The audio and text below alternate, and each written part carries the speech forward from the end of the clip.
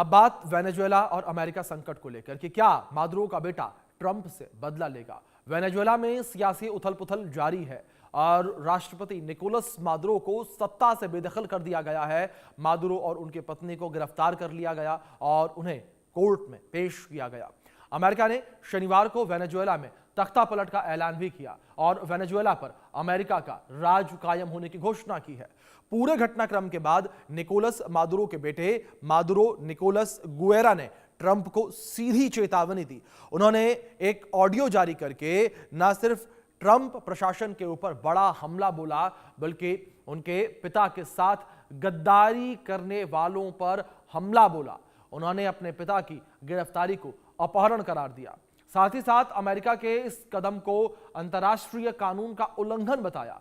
गुएरा ने अपने पिता की रिहाई की मांग की है। उन्होंने समर्थकों से अपील भी की है कि वो सड़कों पर उतरें और अन्याय के खिलाफ विरोध प्रदर्शन करें।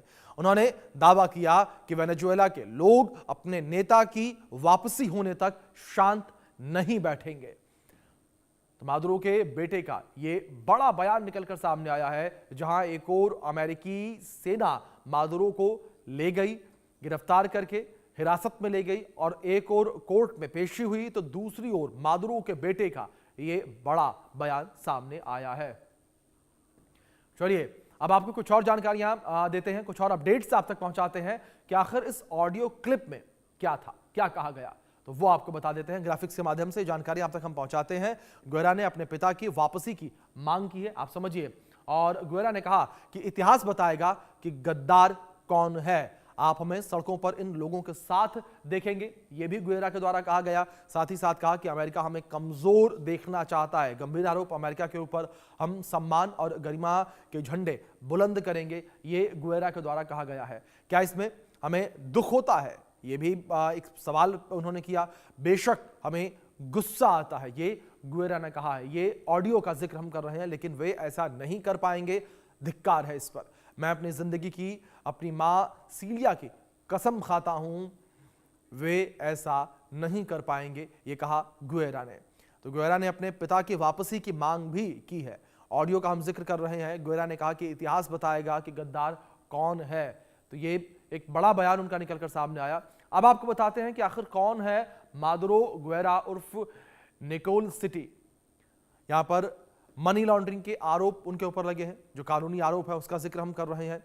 हथियारों की तस्करी के आरोप मादुरो के ऊपर लगे हुए हैं और दूसरी ओर नार्को टेररिज्म, ये एक बड़ा आरोप। और इसी आरोप के चलते अमेरिका ने मादुरो को गिरफ्तार किया, हिरासत में लिया और अब एक बड़ी कानूनी कार्रवाई मादुरो के ऊपर की जा रही है।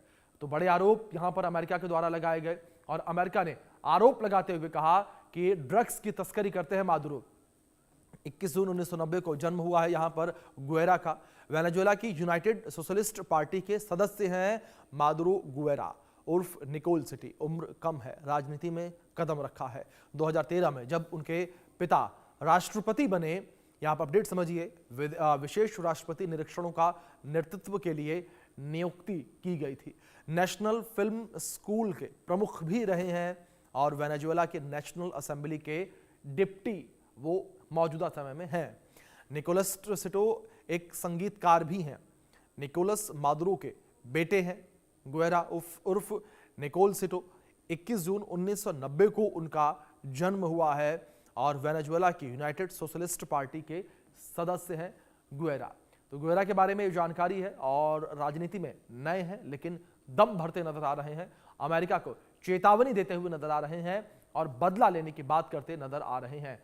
निकोलस मादुरो को मैनहट्टन की एक संघीय अदालत में पेश किया गया।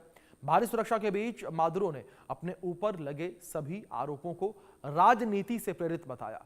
ग्राफिक्स के जरिए आपको दिखाते हैं कि कौन कौन से आरोप जो हैं वो मुख्य तौर पर लगाए गए हैं। तो निकोलस मादुरो के ऊपर कौन कौन से आरोप लगाए गए हैं वो अपडेट्स हम आप तक पहुंचाते हैं, ये जानकारी आप तक पहुंचाते हैं। और मादुरो के ऊपर कई कानूनी आरोप जो हैं वो लगाए गए हैं। तो जानकारी आपके स्क्रीन पर है। नार्को टेररिज्म एक बड़ा ये आरोप जो लगा हुआ है। साथ ही साथ मनी लॉन्ड्रिंग का आरोप भी यहां पर मादुरो के ऊपर लगा हुआ है, जिसको लेकर कोर्ट में पेशी भी हुई है।